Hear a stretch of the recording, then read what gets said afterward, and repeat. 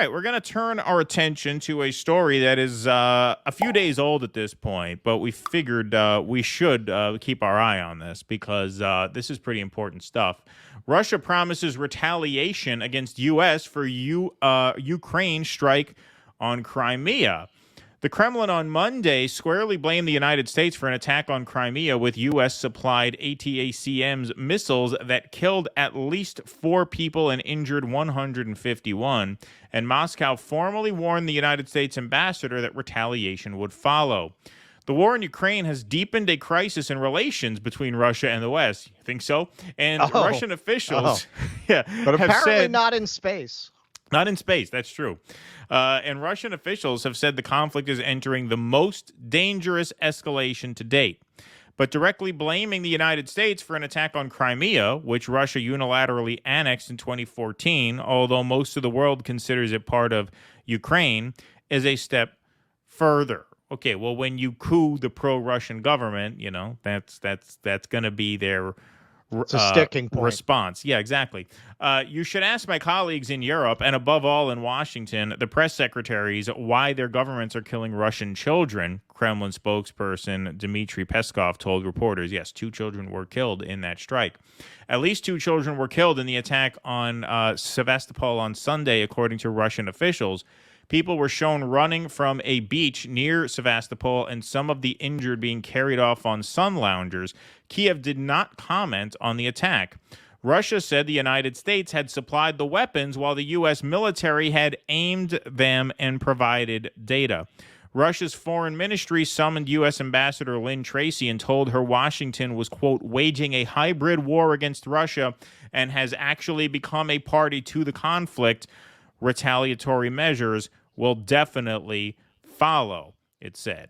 Tracy said Washington regretted any loss of civilian life. State Department spokesperson Matthew Miller told reporters, adding that Washington provides weapons to Ukraine so it can defend its sovereign territory, including Crimea. Of course, what that omits is that Biden specifically gave them the green light to strike Russian targets, and Crimea was a sticking point at the start of the war. That was one of Russia's 3 hard lines that they were not going to give on.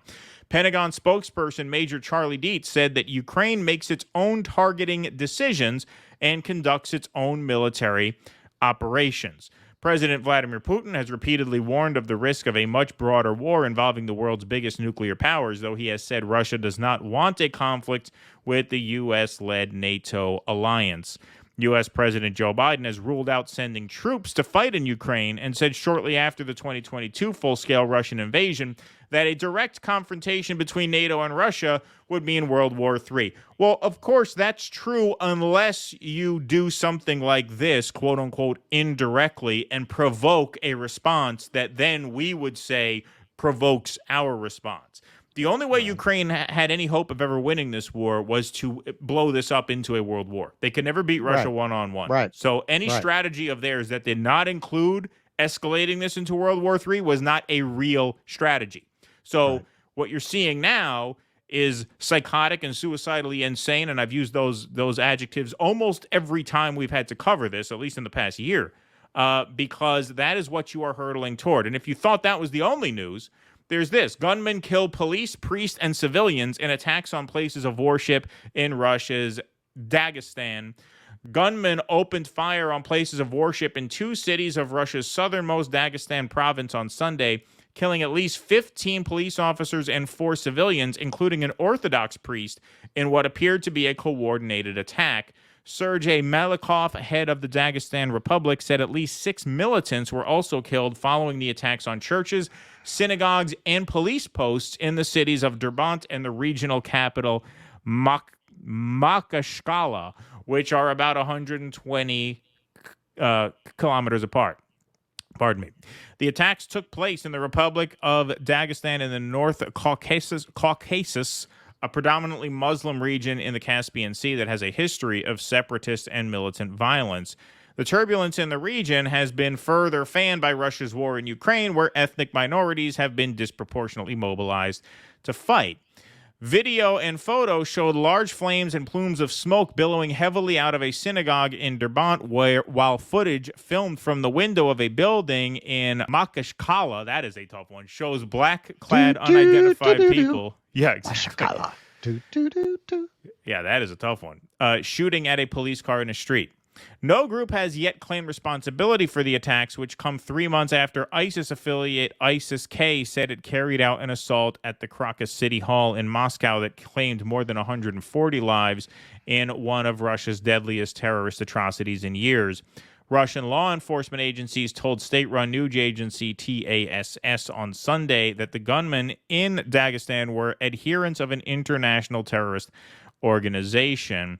Russia's National Anti-Terrorist Committee, the NAC, said Monday that armed militants attacked 2 Orthodox churches, 2 synagogues, and police officers in the 2 cities. It added that the counterterrorism operation in Makachkala and Derbent had ended, TASS reported. 4 civilians were killed in the attacks, Russia's investigative committee said on Monday, bringing the death toll up to 19. Dagestan head Melikov also said in a Telegram post early Monday that the active phase of the operational and combat measures in Makachkala and Derbent was completed, but further investigations would continue. Melikov described the possible involvement of sleeper cells and suggested the attacks may have had foreign help.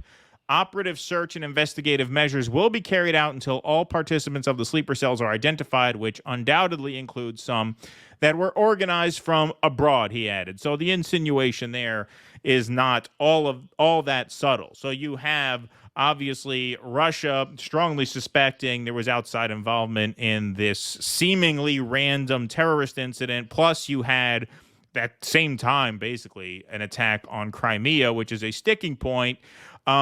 Like we said earlier, the way Ukraine wins this war is if it becomes World War III. They can't win it unless it does that. And here you have 2 major flashpoints in what could be the biggest escalation of violence yet. This is sort of the issue in the background that just kind of keeps getting hotter and hotter. It's that back burner issue that you notice keeps getting hotter and hotter and hotter. And at what point does this become center focus again? Because whatever their retaliatory move is could be seen from our standpoint. By our standpoint, I mean from Joe Biden's standpoint, as an escalation that provokes further escalation on our part. Like that is the direction we're heading in now. For a while, it looked like there were going to be peace talks. It doesn't look that way anymore. Yeah. We saw from the moment that Zelensky jumped in front of a camera to falsely claim that Russia had fired on Poland. Exactly. That this is what he wants. He is a very, very dangerous figure because his mission is to start World War III. You're literally looking at someone whose political objective is to get the West to go to war with Russia. So inevitably, when he was given the green light to use American weapons on Russian territory, it was inevitable they would do things that would be very provocative, because the objective is not to take territory in a conventional military sense.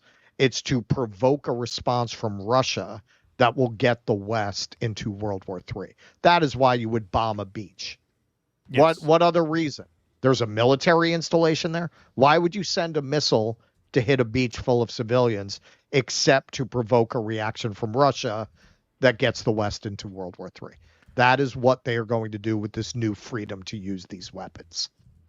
Yes, which is why we should have never granted them that freedom. Of course and not. that was a pretty fucking obvious. It was pretty obvious. But you're right. I mean, what is that if not a deliberate provocation? Not only the nature of the attack, but the location.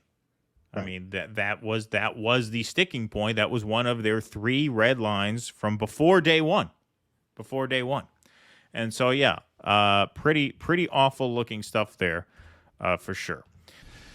Please clap.